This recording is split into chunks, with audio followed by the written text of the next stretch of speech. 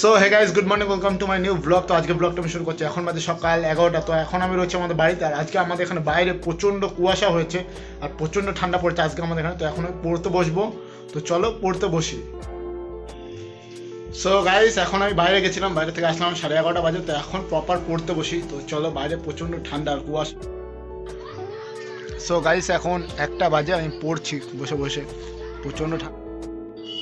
So guys, এখন 4টে বাজতে গেছে। তো চলো আমি একটুখানি মনে মাথার দিকে যাই, একবারে জলটা নিয়ে আসবো, নিয়ে এসে তারপরে পড়তে বসবো ভালো করে। তো চলো জলটা নিয়ে আসি আর মনে মাথার দিকে।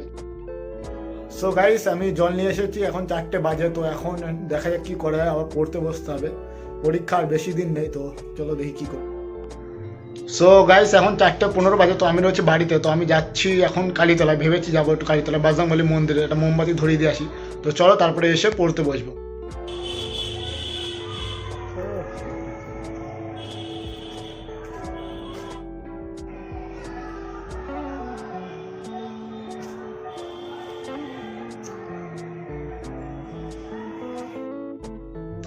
সো গাইস, এখন প্রপার 5টা বাজে। তো আমি কালীতলায় গেলাম, কালীতলায় গিয়ে বজরংবলী মন্দিরে পুজো দিয়ে তারপরে চলে আসলাম। এখন এখন আমি পড়তে বসবো। তো চলো পড়তে বসে পড়ি তাড়াতাড়ি।